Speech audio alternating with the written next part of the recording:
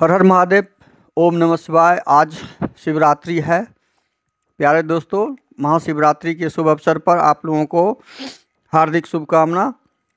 आपके और आपके समस्त परिवार को और हमारे जितने भी सब्सक्राइबर हैं सबों को हार्दिक हार्दिक महाशिवरात्रि की शुभकामना।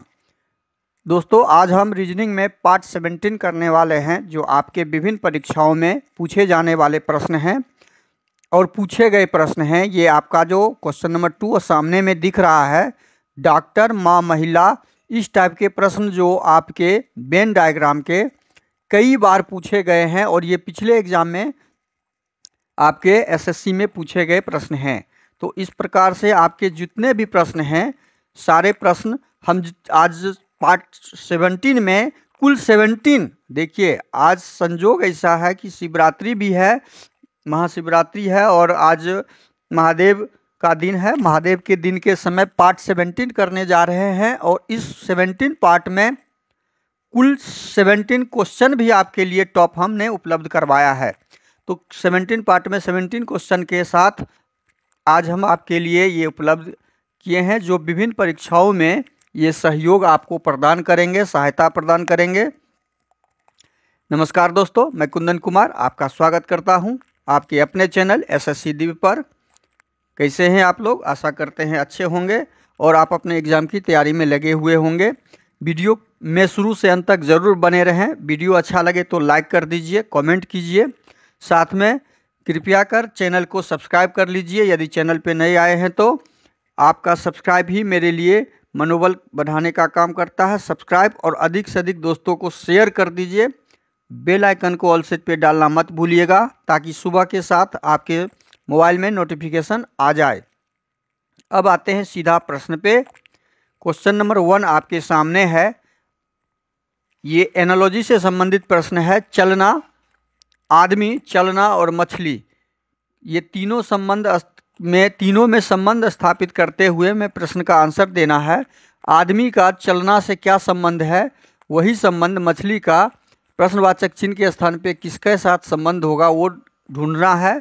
तो आदमी चलने का काम करता है, तो मछली का पाँव क्या होता है? उसका फिन होता है, जिसको हम लोग क्या बोलते हैं? तैरने वाला, तैराकी, फिन। तो वो तैरना, मछली क्या, हम लोग आदमी लोग चलते हैं तो मछली क्या करते हैं? तैरते हैं। तो इस प्रश्न का सही आंसर आपका ऑप्शन ए हो जाएगा। अगला प्रश्न है क्वेश्चन नंबर 2। डॉक्टर, माँ और महिलाएं का जब हम डायग्राम बनाएंगे, वेन डायग्राम बनाएंगे, देखिए ये क्वेश्चन इस 2023 में एसएससी में पूछा गया प्रश्न है। इसको अधिक सही से समझिएगा। ये तीनों डॉक्टर, माँ, महिलाओं में पहले हम क्या करेंगे? माँ का डायग्राम बना लेंगे। जब ये वेन डायग्राम माँ कुल माँ क्या होती है? महिलाएं होती हैं। तो ये महिलाएं का हम डायग्राम बना लिए।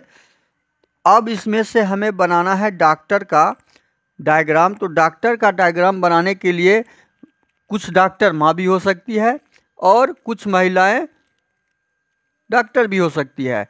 तो जब हम इस प्रकार की आकृति को डॉक्टर की आकृति प्रदान करेंगे, इस प्रकार की आकृति में, तो हम एक ऐसा डायग्राम बनाएंगे जो कुछ इसमें महिलाओं का भी आकृति सम्मिलित हो जाएगा और कुछ माँ का भी आकृति सम्मिलित हो जाएगा, और ये डॉक्टर का डायग्राम कन्वर्ट हो गया। अब ये हमारा इस प्रकार का डायग्राम जिस ऑप्शन में होगा वो ऑप्शन आपका सही होगा, जो ऑप्शन सी में दिख रहा है। तो इस क्वेश्चन नंबर 2 का सही आंसर हो जाएगा ऑप्शन नंबर सी। अगला प्रश्न क्वेश्चन नंबर 3। 5, 8 और 5, 8 का संबंध स्थापित करते हुए, पैटर्न ढूंढते हुए 15, 8 का प्रश्नवाचक के चिन्ह के साथ क्या पैटर्न बनेगा वो ज्ञात करना है। ये एनालॉजी का से संबंधित बार बार पूछे जाने वाला प्रश्न है। इसको आप सही से सॉल्व कीजिए और समझिए इसमें पैटर्न लगा हुआ क्या है। अब देखिए, यदि पैटर्न हम जोड़ते हैं तो सामने दिख रहा है 5 में 3 जोड़ेंगे, 5 में 3 जोड़ेंगे तो 8 प्राप्त हो जा रहा है, जो यहाँ पे पैटर्न लगा हुआ दिख रहा है, 3 जोड़ा।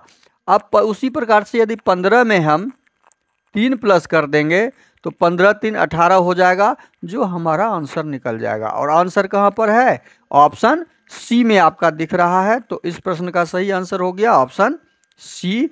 अगला प्रश्न क्वेश्चन नंबर 4 है आपके सामने, देखिए विषम आकृतियों की पहचान। विषम आकृति इसमें कौन सी है उसे पहचानना है। अब इस प्रकार की आकृति पिछले साल भी आपके इस तरह के प्रश्न पूछे गए हैं, तो इसको गौर से समझिएगा। ये वर्गाकार आकृति में एक तीर का निशान दिया हुआ है, जो तीर मिडिल में इस वर्ग के लाइन के मिडिल पे है। अब देखिए इस वर्ग के लाइन पे मिडिल पे है, ये भी वर्गाकार आकृति है, और यहाँ भी ये तीर का निशान मिडिल के लाइन पर है, यहाँ भी तीर का निशान मिडिल के लाइन पर है। और इस आकृति ऑप्शन बी में ये कॉर्नर में दिया हुआ है, जो कि आपका विषम आकृति के रूप में चुना जाएगा, पहचान किया जाएगा। तो हमारा आंसर क्या हो जाएगा विषम आकृति में? Option B. इस प्रकार विषम आकृति हम लोग आकृति के रूप में समस्या आकृति से चुनते हैं। अगला प्रश्न है क्वेश्चन नंबर 5। क्वेश्चन नंबर 5 देखिए, लुप्त अंक ज्ञात करना है। लुप्त अंक यहाँ पर है प्रश्नवाचक चिन्ह के स्थान पे। अब इसमें हम क्या इस आकृति में क्या पैटर्न लगाएंगे? पैटर्न लगाते हैं 1 जोड़ 3 जोड़ 5 जोड़ 4 जब करेंगे तो 5 4 9 3 12 1 13 आ रहा है, लेकिन हमें यहाँ लाना था 15। इसका मतलब है यह पैटर्न हमारा यहाँ पे वर्क नहीं कर रहा है। तो हमारा कौन सा पैटर्न वर्क करेगा? अब पैटर्न हम दूसरा इसमें लगाएंगे। क्वेश्चन आकृति 1 में, आकृति 1 में जो हम लगाएंगे वो पैटर्न आपका लग जाएगा एक यहाँ से शुरू करते हैं। यदि इस 1 से ऊपर से उत्तर से, तो 1 गुना 3 गुना 5 गुना 4 कर दीजिए। तो 1 गुना 3 गुना 5 गुना 4 कर दिए, और 4 संख्या है तो 4 से भाग लगा देते हैं। तो 4 से जब भाग लगाएंगे 4 4 कट गया, तो हमारा ये कितना आ गया? 5 तिया 15, और 15 को 1 से गुना किए तो 15। हमारा इस प्रश्न इस आकृति का आंसर बीच में जो दिया हुआ आंसर है के बराबर आ गया। हमने इस आकृति का पैटर्न ढूंढा। अब क्या इसी प्रकार का पैटर्न दूसरी आकृति में लगा हुआ है? तो दूसरी आकृति का भी हम पैटर्न यहाँ पे देख लेते हैं कि इस आकृति में क्या लगा हुआ है। तो हम 6 से शुरू करेंगे, चूंकि यहाँ एक ऊपर से शुरू किए थे। गुना में कहीं से भी शुरू कीजिए, गुना में कोई प्रॉब्लम नहीं है। 6 गुना 7 गुना 3 गुना 4 बट्टा 4, क्योंकि 4 संख्या है। 4 से 4 हम काट लेंगे तो हमारे पास इसमें कितना आ रहा है?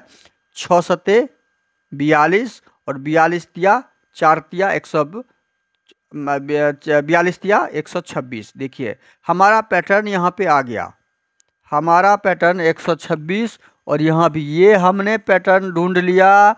और दोनों आकृति में क्या रिलेशन है संख्याओं का वो हमने खोज लिया। तो यही सेम आकृति में जो पैटर्न है, अगली आकृति जो दी हुई है आकृति नंबर 3, इसमें लग जाएगा। हम 5 से शुरू करेंगे।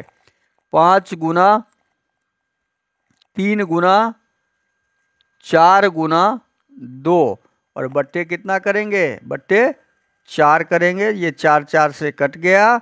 5 तिया 15 दूनी 30। हमारा आंसर कितना आ गया? 30। इस आकृति का आंसर 30 आ गया। तो आकृति में यहाँ प्रश्नवाचक चिन्ह पे हमें क्या भरना होगा? 30 भरना होगा। तो हमारा 30 कहाँ पर है?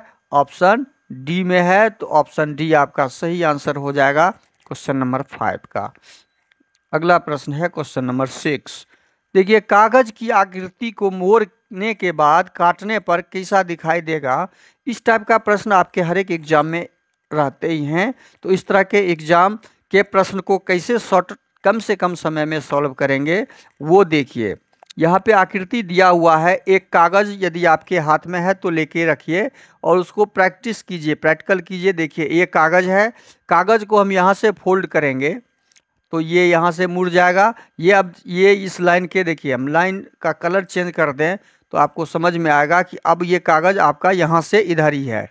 ये कागज़ है आपका, अब ये कागज़ इसमें आ गया, बंद हो गया। अब फिर ऊपर से इसको बंद किया गया।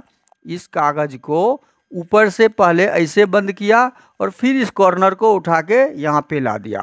तो अब आपका कागज कहाँ पर है, हम उसको बहुत गौर से आपको समझाने का प्रयास करते हैं। ये कागज अभी आपका टुकड़ा बचा हुआ है मोड़ने के बाद। अब यहाँ पे क्या किया, कट कर दिया एक इस प्रकार का।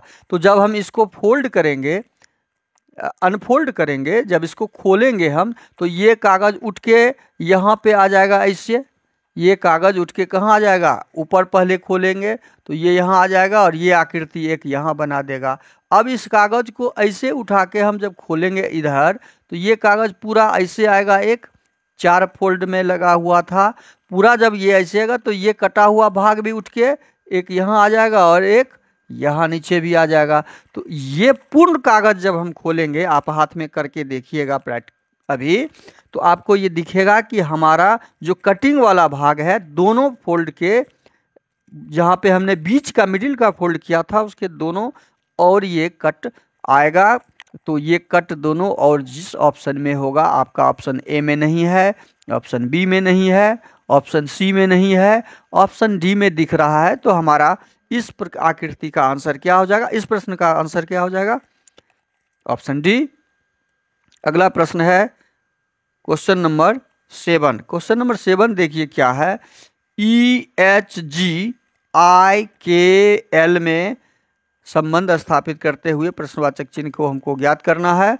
तो यहाँ पे तो बहुत आसान है, EHG को किस में कन्वर्ट किया है, IKL। तो ये IKL में जब कन्वर्ट किया तो अभी कन्वर्जन का पॉइंट समझ लीजिए। E 5 नंबर पे होता है, H 8 नंबर पे, G 7 नंबर पे। तो 5 को कितना में कन्वर्ट किया, I 9 नंबर पे, K 11 पे, L 12 पे होता। L कहाँ पे होता है, 12 पे। तो 5 को कन्वर्ट किया है कहाँ पर, 9 पर, तो +4 किया। 5 में कितना प्लस किया, 4। 5 में 4 प्लस कर दिया है। अब 8 में कितना प्लस किया, जो 11 हो गया। 8 में 3 प्लस किया है और 7 में कितना प्लस किया, जो 12 हो गया, मतलब L हो गया। तो 7 में 5 प्लस किया। तो हमने क्या पैटर्न देखा कि 4 + 3 + 5 का पैटर्न इस दोनों के बीच है, मतलब इस दोनों के बीच संबंध हमने ढूंढ लिया। तो उसी प्रकार से हम P R और S का संबंध ढूंढेंगे। P R S का संबंध जब ढूंढेंगे तो हमारा आंसर क्या आ जाएगा, P में कितना जोड़ेंगे हम, 4 जोड़ेंगे। पहला क्या है, 4 का जोड़, तो हम 4 जोड़ेंगे। P कितना नंबर पे, पहले नंबर तो डाल लीजिए 16। R कितना पे होता है, 18। S कहाँ पे होता है, 19 पे। अब R में कितना जोड़ेंगे हम, 16 में 4 जोड़ेंगे तो 20। 18 में 3 जोड़ेंगे, कितना का पैटर्न है यहाँ पे, +3 का पैटर्न। 18 3 21 और 19 में 5 जोड़ेंगे तो कितना हो जाएगा, 24। अब इसको बैठा लीजिए, T 20 पे होता है, U 21 पे होता है और X 24 पे होता है। तो हमारा आंसर क्या निकला, TUX। हमारा आंसर क्या निकल गया, TUX। TUX कहाँ पर है, TUX कहाँ पर है, ये ऑप्शन सी में है। तो हमारा आंसर क्या हो जाएगा, ऑप्शन सी। ऑप्शन सी में दिख रहा है यहाँ पे, तो ऑप्शन सी। अगला प्रश्न क्वेश्चन नंबर 8, दर्पण प्रतिबिंब ज्ञात करें। दर्पण में कैसा प्रतिबिंब बनेगा, कोई भी दर्पण आपके सामने में हो यदि, तो दर्पण में हमेशा ध्यान रखिए पार्श्व दर्पण चित्र बनता है, दायां भाग उसका क्या हो जाता है, बायां हो जाता है। ये हमेशा ध्यान रखिएगा, दायां भाग बायां हो जाता है और बायां भाग दायां हो जाता है, बस यही समझना है। दायां ऊपर नीचे यदि कन्वर्ट नहीं होता है, सामने दर्पण में कोई भी तस्वीर आपका दायां यदि आपके दर्पण के बाहर है तो दर्पण में वो बायां हो जाएगा, और दर्पण में जो बायां दिख रहा है बाहर का वो दायां होता है, वही समझना है। अब ये देखिए, ये दर्पण दिया हुआ है, MN मिरर है, और मिरर में क्या तस्वीर बनेगा, हम यदि आप लोग यदि खड़े होते हैं तो आपका दाहिना हाथ दर्पण में बायां दिखेगा। बड़ा आईना में यदि देखिएगा तो आपको प्रतीत महसूस होगा, छोटा आईना में तो चेहरा ही दिखता है। अब देखिए इसको कि इसमें यदि तस्वीर बनेगा तो ये तो सेम है, m तो हमेशा m के तरह ही दिखेगा, और m के नीचे जो चित्र बना हुआ है इस प्रकार का, ये चित्र भी तो आपका ऐसा ही सेम दिखेगा। m के नीचे जो चित्र बना हुआ है ये चित्र भी ऐसा ही दिखेगा, प्लस तो हमेशा प्लस ही दिखेगा, इसका दायां बायां तो बराबर ही है। तो इस चित्र आईना में तो ये सेम बनेगा, लेकिन ये तीर का निशान जो दाहिने तरफ मुड़ा हुआ है, ये राइट तरफ मुड़ा हुआ है, ये तीर का निशान कहाँ चला जाएगा, बायां एरिया ये हो गया, ये बायां तरफ चला जाएगा। और ये जो बायां तरफ गोल वाला ये जो चित्र है ये आ जाएगा आपका दायां तरफ। आकृति जो बनेगा आईने में, ये जो हमने आंसर दिया लिखा है ये बनेगा, तो ये आकृति आप ढूंढिए। ऑप्शन ए में नहीं है, ऑप्शन बी में नहीं है, तीर का निशान यहाँ ऊपर है, ये तो एकदम उल्टा कर दिया, ये तो होगा ही नहीं। ये तो ठीक नीचे कर दिया, ये तो संभव ही नहीं है। ये तीर का निशान दाहिना ही रख दिया, ये तो बायां होना चाहिए था, तो बायां में केवल यहाँ पर है, इसलिए ऑप्शन डी आपका सही आंसर हो जाएगा। ये आकृति आपका ऑप्शन डी के साथ मैच कर रहा है। तो अगला प्रश्न क्वेश्चन नंबर 9 देखिए। 9 में है, यदि शार्प का कूट लेखन 58,034, पुष का कूट लेखन 4658, रस का कूट लेखन क्या होगा। अब देखिए रस में क्या करना होगा, RUSH का कोड निकालना होगा। बाकी का कोड यहाँ पे दिया हुआ है, इस तरह का कोई भी बड़ी संख्या वाला हो तो आपका दिमाग हमेशा तुरंत जाना चाहिए कि सेम S का कोड 5, H का कोड 8, यही कोड दिया हुआ होगा। अब यहाँ पे इसको समझ लीजिए, SHARP का कोड जो दिया 58034, उसी प्रकार पुश का कोड दे दिया आपका PUSH, पुश का कोड 4658 दे दिया। अब ये 5 दे दिया, हमें निकालना है रस का, तो रस का जब निकालेंगे हम तो R का कोड कहाँ पर है, R का कोड यहाँ पर है 3 नंबर, तो R के सामने क्या रखेंगे 3। U का कोड कहाँ पर है, यहाँ पर है 6 नंबर, तो U के सामने क्या रखेंगे 6। S का कोड कहाँ पर है, बस बगल में ही है 5, तो S का कोड 5। H का कोड क्या हो जाएगा, H का कोड 8, यहाँ पर ही है, तो H का कोड 8। हमारा आंसर क्या निकल गया, 3 6 5 8। इतना आपको एग्जाम में करने की जरूरत नहीं है, आप वहाँ पे मैच कीजिए और 2 सेकंड के अंदर इस प्रश्न का सॉल्व। ये बेसिक आपका मजबूत हो, इसके लिए हम फुल डिटेल्स आपके लिए रख रहे हैं। आप इसको जितना आसानी से अधिक कम समय में, आप कम से कम समय में आप सॉल्व कर पाए, वो तरीका आपको इस तरीके से ही अपनाना होगा। ये जो तरीका हम बता रहे हैं, इसी से कम देखने के साथ आंसर आप ढूंढ सकते हैं। 3 6 5 8 आपका ऑप्शन बी में है, तो आपका ऑप्शन बी सही हो जाएगा। अगला प्रश्न है क्वेश्चन नंबर 10। दिए गए समूह में भिन्न की पहचान करें, दिए गए समूह में भिन्न की पहचान करें। अब देखिए भिन्न की पहचान कैसे करेंगे, दिया गया समूह है, क्रिकेट है, फुटबॉल है, हॉकी है, ये सारा मैदान में खेलने वाला गेम है। मैदान या फील्ड बोलिए, इसको मैदान बोलिए या फील्ड में खेलने वाला, लेकिन पोलो घोड़े पर खेला जाने वाला गेम है। तो इस चारों में आपका ऑप्शन डी जो है पोलो भिन्न है, इसका तो आसानी से आप पहचान सकते हैं। कुछ फील्ड और कुछ खेल संबंधित जानकारी आपके पास होनी चाहिए, और होगा ही, क्योंकि आप तो स्टूडेंट लोग हैं, आप उसकी तैयारी करते हैं। अगला प्रश्न है क्वेश्चन नंबर 11।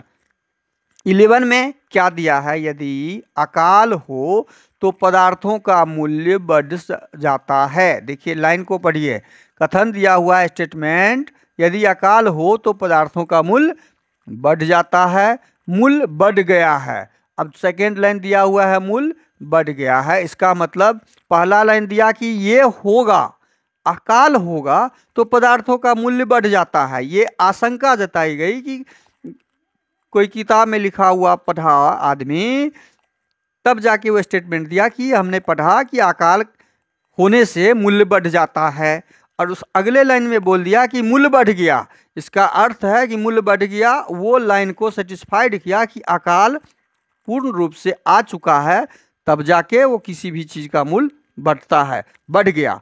तो अभी अकाल में है इसलिए मूल बढ़ गया। स्टेटमेंट का अर्थ क्लियर हो गया। अब निष्कर्षण पर आइए। निष्कर्षण में क्या दिया हुआ है? अकाल है, वास्तव में मूल बढ़ गया, इसका मतलब अकाल है। ये सेंटेंस आपका है अभी कंप्लीट। इस कथन के अनुसार हमें कोई भी इधर उधर नहीं देखना है।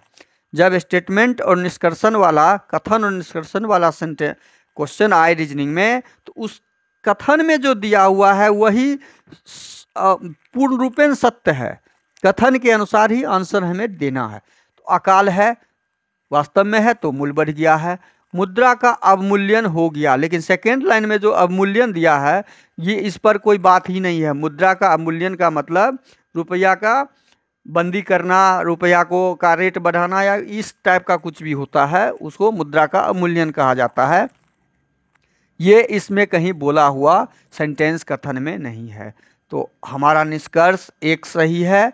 तो हमारा आंसर क्या हो जाएगा? केवल एक ही निहित है, ए बी सी और डी निहित नहीं है। तो इस प्रश्न का सही आंसर ऑप्शन ए हो जाएगा। अगला प्रश्न है क्वेश्चन नंबर 12। लुप्त आकृति ज्ञात करें। लुप्त आकृति, यहाँ पे प्रश्नवाचक चिन्ह पे क्या बनेगा वो ज्ञात करना है। अब प्रश्नवाचक चिन्ह पे बनने के लिए हमें आकृति देखना होगा क्या किया है। अब देखिए इस आकृति को किया क्या है कि ये सेम आकृति को, ये इस प्रकार जो ये आयत के इस साइड में दिया हुआ बायां साइड में, वो सेम आकृति को यहाँ पे दायां साइड कर दिया है। ये लेफ्ट साइड वाले आकृति को इस आकृति के साथ संबंध जब स्थापित करेंगे तो राइट साइड में कर दिया है। तो उसी प्रकार से हम क्या करेंगे, इस लेफ्ट साइड की आकृति में जो दिया हुआ है इसको हम क्या करेंगे, राइट साइड में ज्यों का त्यों लिख देंगे। तो ज्यों का त्यों मान लीजिए आकृति हम बना भी दें तो ये बन जाएगा, ये राइट साइड का आकृति हो गया। अब हम देखते हैं इस राइट साइड को कन्वर्ट किया। ये राइट साइड में ये जो चिन्ह था दायां तरफ मुंह खुला हुआ उसको पलट दिया है, दायां तरफ खुला हुआ को पलट दिया है। तो हम जब इसको ये दायां तरफ खुला हुआ है तो पलटी लगाएंगे तो ये बायां तरफ हो जाएगा। ठीक है, अब उसकी नीचे की आकृति को संबंध, इसके साथ इसका संबंध हम निकाल लिए। अब ये क्या किया, दाएं वाले को बायां में जो किया ये ऊपर नीचे था, मतलब नीचे के मुंह जो ओपन थे उसको कन्वर्ट किया ये ऊपर के मुंह की ओर। उसी प्रकार से यहाँ नीचे के मुंह है तो नीचे वाले को हम ऊपर के मुंह की ओर कन्वर्ट करेंगे। तो हमारा आंसर जो आएगा, हमारा आंसर यदि बॉक्स बनेगा तो ये आकृति बनेगा। अब ये आकृति आप ढूंढिए उत्तर आकृति में। तो हमारा इस 12 नंबर क्वेश्चन का उत्तर आकृति इस आकृति से ढूंढते हैं तो ये एक को मिलाते हैं तो हमारा एक ही मिल जा रहा है, पहला ही मिल जा रहा है। तो इस प्रश्न का सही आंसर क्या हो जाएगा? 12 का ऑप्शन ए। बाकी कोई भी आकृति इसमें मैच नहीं कर रहा है, कोई भी आकृति मैच नहीं कर रहा है हमारे आकृति से। तो हमारा आंसर हो गया, कितना आसानी से हमने ढूंढ लिया इसको। बस यही रिलेशन स्थापित करते हुए आंसर ढूंढना होगा कुछ सेकेंड के अंदर एग्जाम में। अगला प्रश्न है क्वेश्चन नंबर 13 में क्या दिया है, किरण समीर से लंबी है लेकिन प्रमोद से नाटी। जॉन उर्मिला से लंबा है, समीर जॉन से लंबा है। तो इस प्रकार का जब प्रश्न आपको सॉल्व करने के लिए आए तो दो तरीके से सॉल्व कर सकते हैं। पहला तरीका, आप नाम लिख के भी जो सबसे बड़ा है ऊपर नीचे नाम लिख देंगे। हम ऊपर नीचे नाम लिख के भी हम ज्ञात कर सकते हैं या मार्किंग लगा के भी। हम ऊपर नीचे पहले आपको एक जानकारी दे रहे हैं। पहले सेंटेंस में दिया हुआ है किरण समीर से लंबी है, तो समीर से लंबी है तो समीर पहले नहीं होगा। समीर से लंबी है तो समीर से ऊपर किरण लिखेंगे हम। समीर से ऊपर किसका नाम लिखेंगे? किरण का नाम लिखेंगे। अब अगले सेंटेंस में है लेकिन प्रमोद से नाटी है, तो समीर जो है प्रमोद से नाटी है। समीर, लेकिन प्रमोद, समीर से लंबी है किरण, समीर इससे लंबी है लेकिन प्रमोद से नाटी है, तो प्रमोद से छोटी हो गया, प्रमोद हो गया बड़ा। प्रमोद से नाटी, प्रमोद से छोटी है किरण। ये हमने पहले सेंटेंस को कंप्लीट कर लिया, यहाँ तक हमारा कंप्लीट हो गया। अब अगला सेंटेंस है जॉन उर्मिला से लंबा है। जॉन का कहीं इसमें और उर्मिला का इस तीनों नाम में संबंध नहीं है। तो हम अगला देखते हैं। समीर जॉन से लंबा है। अब समीर जो यहाँ पर है जॉन से लंबा है, तो जॉन छोटा होगा, इसका मतलब जॉन छोटा है, समीर बड़ा है। बताएं, अब इस सेंटेंस को पढ़िए। जॉन के बारे में दिया है, जॉन उर्मिला से लंबा है। अब जॉन यहाँ पर है तो उर्मिला से लंबा है, तो मतलब उर्मिला छोटी हुई, नीचे जाएंगे। उर्मिला छोटी हुई तो हम कहाँ लिखेंगे, नीचे लिखेंगे। अब हमने ये सारे नाम को एडजस्ट कर दिया। 5 नाम दिए हुए हैं, पांचों नाम को। तो अब इसमें जो सबसे ऊपर नाम होगा वो सबसे बड़ा, सबसे नीचे नाम जो होगा वो सबसे छोटा होगा।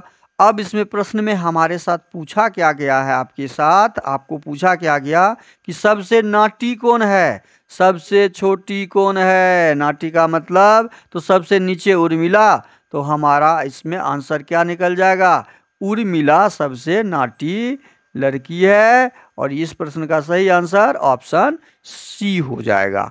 हम एक तरीका ये अपनाएंगे, दूसरा आपको यदि ये तरीका भी आसान लगे तो ये तरीका अपनाइए। किरण समीर से लंबी है। पहला सेंटेंस हमने क्या पढ़ा, किरण समीर से लंबी है। तो समीर समीर से ग्रेटर देन लंबी है किरण, हमने लिख दिया। ये भी लगा सकते हैं, आपको ये भी बहुत आसानी से समझ में आ जाएगा। ग्रेटर देन का मतलब समीर से लंबी बड़ी है, लंबी है। अब अगला सेंटेंस है प्रमोद से नाटी है, तो प्रमोद से किरण छोटी है, तो हम प्रमोद यहाँ लिख दिए, प्रमोद ग्रेटर देन किरण। अब दिया समीर जॉन से लंबा है। समीर किससे लंबा है, जॉन, जॉन से समीर ग्रेटर देन जॉन। हम जब मार्किंग करेंगे तो मार्किंग में इस प्रकार से निकालेंगे। जॉन उर्मिला से लंबा है, तो जॉन ग्रेटर देन उर्मिला। हम ऐसे लगा के भी आप अपना आंसर ढूंढ सकते हैं, और ऐसे ऊपर नीचे लिख के भी हम आंसर ढूंढ सकते हैं। तो दोनों तरीका हमने इस तरह के प्रश्न के लिए आपको दे दिया। इस तरह के प्रश्न आपके एग्जाम में बार बार पिछले साल भी पूछे गए हैं, इसको जरूर आप अधिक से अधिक प्रैक्टिस करें।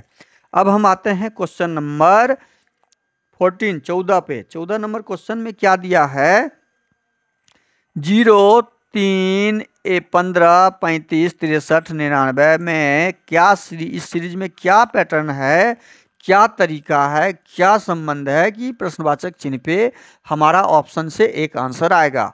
अब देखिए, 0 में यदि हम 3 जोड़ेंगे तो 3 होगा, लेकिन 3 में हम कितना जोड़ेंगे तो 15 होगा। 3 में 12 जोड़ेंगे तो कोई पैटर्न यहाँ पे 3 चौके 12 का लग रहा है। ठीक है, देखते हैं। तो 3 में 12 जोड़ेंगे तो 15 होगा। 15 में कितना जोड़ेंगे तो 35 होगा। 15 20 जोड़ेंगे तो 35 होगा, लेकिन कोई पैटर्न यहाँ पे 3 है, यहाँ पे 12 है, यहाँ पे 20 है, इसमें भी कोई रिलेशन संबंध स्थापित नहीं हो रहा है। तो ये पैटर्न आपका काम नहीं करेगा। अब हम दूसरे पैटर्न पे, चूंकि ये आपके दिमाग में एग्जाम में उस समय क्या आएगा, हम वो करके आपको प्रैक्टिकल करके बताना चाह रहे हैं कि उस समय आपके सामने दिमाग में अचानक ये आएगा कि पहले जोड़ पैटर्न देखते हैं, उसके बाद घटाव का, तब गुना का।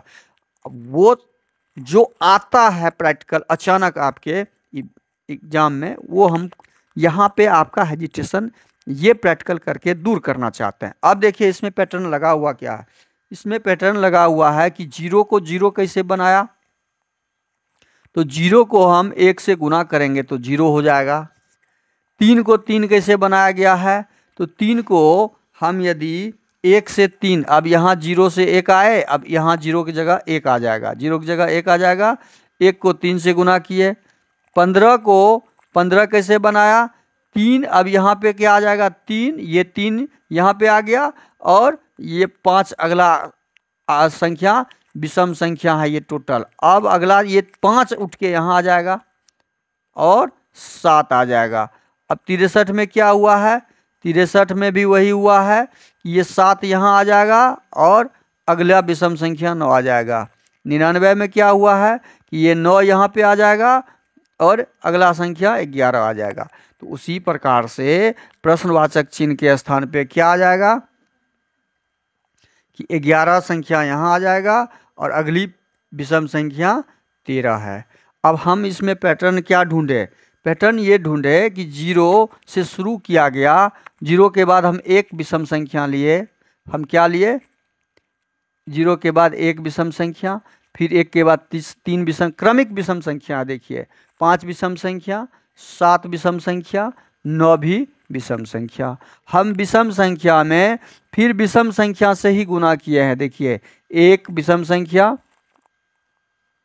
ठीक क्रमिक विषम संख्या से ही हमने गुना भी किया है। एक विषम संख्या, 3 विषम संख्या है, यहाँ भी 5 विषम संख्या है, 7 विषम संख्या है, 9 विषम संख्या है, 11 विषम संख्या है। तो वही पैटर्न, हमने तो पैटर्न ढूंढ लिया कि एक पीछे वाले विषम संख्या को एक अगली विषम संख्या से, नेक्स्ट विषम संख्या से गुना करते हैं। तो सबसे छोटी विषम संख्या 1 और अगली विषम संख्या 3 से गुना करने का पैटर्न हमने ढूंढा। तो हमने जब ये पैटर्न ढूंढ लिया तो हमारा उसके बाद हम 9, 11 तक निकाले हुए हैं। तो 11 गुना 13, 11 पिछली विषम संख्या और ठीक पिछली के बाद अगली विषम संख्या 11 के बाद 13। तो हम जब इसको गुना करेंगे तो 13 एकम 13 और 13 एकम 13, 13 एक 14, 143। हमारा आंसर क्या निकल जा रहा है? 143। तो 143 कहाँ पर है? ऑप्शन ए में है। पैटर्न को समझ, हम फॉरकेट करके आपको इस सारा पैटर्न समझा रहे हैं। अगला प्रश्न क्वेश्चन नंबर 15 है। 15 नंबर क्वेश्चन को सही से समझिएगा। प्रश्न आकृति कौन सी उत्तर आकृति में निहित है? प्रश्न आकृति कौन से उत्तर आकृति में निहित है? तो ये प्रश्न आकृति अब कहाँ है वो देखते हैं। ये देखिए, प्रश्न आकृति में 2 डॉट ब्लैक वाला नीचे है और 2 वर्ग, जो 2 घेरा है वो व्हाइट वाला ऊपर में है। तो इसका मतलब है इस वर्ग में, ये जो वर्ग ये वृत्त जो है, इस वृत्त में 4 डॉट है, जो 2 व्हाइट में 2 ब्लैक में है। तो इस प्रकार की आकृति पहले हम उत्तर आकृति में ढूंढते हैं। यहाँ पे 2 व्हाइट 2 ब्लैक में, ये संभव ही नहीं है। यहाँ पे 3 ब्लैक में है, यहाँ 2 व्हाइट 2 ब्लैक में है, लेकिन ये साथ में नीचे है, या नीचे होना चाहिए या ऊपर, कहीं भी आकृति। लेकिन बाहर में देखिए, बाहर में एक व्हाइट है, एक ब्लैक है, एक व्हाइट है, एक ब्लैक है, लेकिन ये आकृति जोड़ के निशान की तरह है, ये संभव नहीं है। इसमें 3 व्हाइट आकृति है, तो ये तो एकदम में संभव नहीं है। अब देखिए, इसमें 2 आकृति नीचे व्हाइट में, 2 आकृति ब्लैक में ऊपर है, तो ये आकृति आपका संभव है। तो ऑप्शन डी आपका सही आंसर हो जाएगा इस आकृति प्रश्न का। अगला क्वेश्चन है क्वेश्चन नंबर 16। क्वेश्चन नंबर 16 में दिया हुआ है, अशोक 8 किलोमीटर दक्षिण की तरफ जा गया। अब देखिए, इस तरह के प्रश्न में आपका दिशा का ज्ञान वाला प्रश्न समझना जरूरी है। हमेशा ध्यान रखिएगा, ये उत्तर होता है और नीचे दक्षिण होता है, ये पूरब हो जाएगा और ये पश्चिम हो जाएगा। बस इतनी आकृति आपको यदि पता रहे तो इस प्रकार के प्रश्न का सवाल तुरंत निकल जाएगा। 8 किलोमीटर दक्षिण की तरफ गया। अब 8 किलोमीटर आप दक्षिण जाइए, 8 किलोमीटर दक्षिण जाइए। जब 8 किलोमीटर आप दक्षिण जाएंगे, दक्षिण ये हो गया 8 किलोमीटर।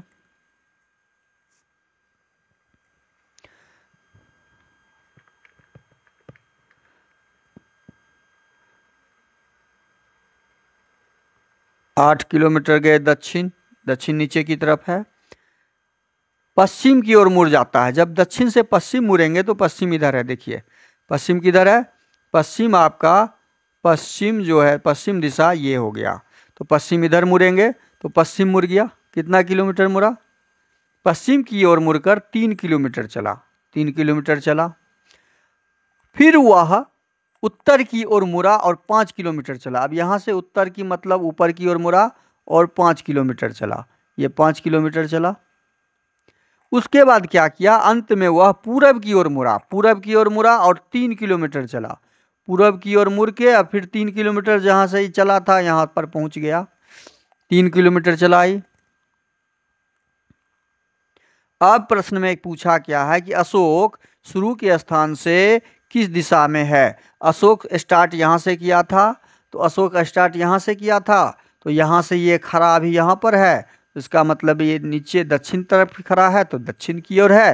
तो हमारा इस प्रश्न का सही आंसर क्या हो जाएगा? ऑप्शन डी, दक्षिण के जगह पे वो जहाँ से शुरू किया था दक्षिण की दिशा में खड़ा है। अब अगला प्रश्न आपका क्वेश्चन नंबर 17। क्वेश्चन नंबर 17 को भी सही से समझिए। इस तरह के प्रश्न आपके बार बार एग्जाम में पूछे जाते हैं, तो बार बार पूछे जाने वाले प्रश्न को अधिक से अधिक प्रैक्टिस जरूर करें।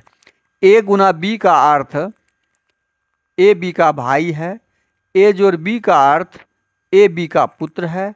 ए घटे बी का अर्थ ए बी की माँ है। तो बताएं क्यू पी का मामा है। क्यू पी का मामा है कौन सी आकृति दर्शा रहा है? अब क्यू पी का जगह पर उस फार्मूला को लगाएंगे, तो हम इसका मतलब हुआ क्यू पी का मामा, हम ए नंबर में देखते हैं क्या दिया हुआ है, पी गुना आर माइनस क्यू। अब पी गुना का अर्थ क्या दिया हुआ है? ए बी का भाई है। इसका मतलब ए हम इसको मान लेते हैं और ए बी इसको मान लेंगे, तो पी आर का भाई है। पी किसका भाई है? आर का भाई है। ये भाई हुआ तो ये बहन हो जाएगी। ये हमने प्रश्न के अनुसार तीर लगा दिया। अब आर का भाई पी है तो ये बहन हो गई, बहन हो गई। अब अगला प्रश्न क्या दिया हुआ है? माइनस वाला को देखते हैं। ए माइनस बी का अर्थ है ए बी की माँ है। ए माइनस बी का अर्थ है, तो ए मतलब हम ए किसको माने थे? ए बी की माँ है। तो आर जब ये भाई हो गया तो ये बी की माँ हो गई, तो क्यू का भाई ये क्यू की माँ, ये आर कौन है? क्यू की माँ है। क्यू की तो क्यू नीचे हो जाएगा, आर ऊपर हो जाएगा और ये माँ हो जाएगा।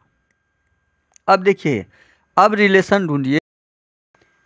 देखिए इसको समझिए क्वेश्चन नंबर 17 को, कि हमने जो लिखा पी आर का भाई है और आर क्यू की माँ है, तो इसका मतलब क्या हुआ?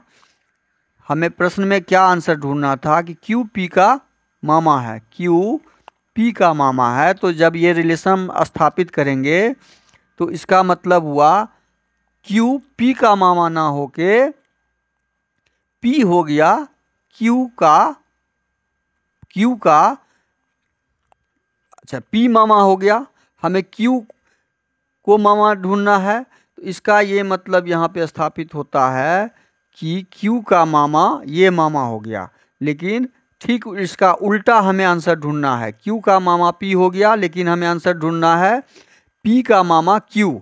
इसका मामा यानी यहाँ पे क्यू आना चाहिए और यहाँ पे पी आना चाहिए, तब जाके हमारा आंसर मिलेगा। तो ये कब मिलेगा? ये अब बी में देखते हैं। बी में चेक कर लीजिए, ऑप्शन बी में क्या दिया है? क्यू गुना आर माइनस पी। इसको समझिए, क्यू गुना आर, गुना वाला में क्या दिया? ए गुना बी का अर्थ है कि ए बी का भाई है। तो क्यू गुना आर का मतलब हुआ कि क्यू आर का भाई है। आर का भाई क्यू है, ये भाई का चिन्ह लग जाएगा। तो ये तो समझ में आ गया, हमने क्यू आर का भाई संबंध स्थापित कर लिया। अब दिया हुआ है माइनस पी। माइनस वाला में क्या है? ए माइनस बी का अर्थ ए बी की माँ है। ए माइनस बी का मतलब हुआ ए बी की माँ है। तो आर माँ हो गया किसका? पी का।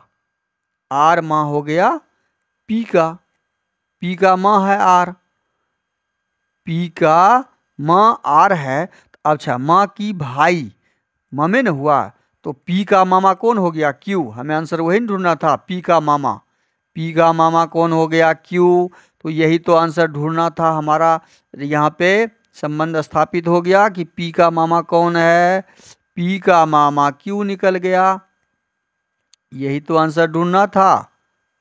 तो हमारा ऑप्शन बी जो है इस संबंध को स्थापित करता है।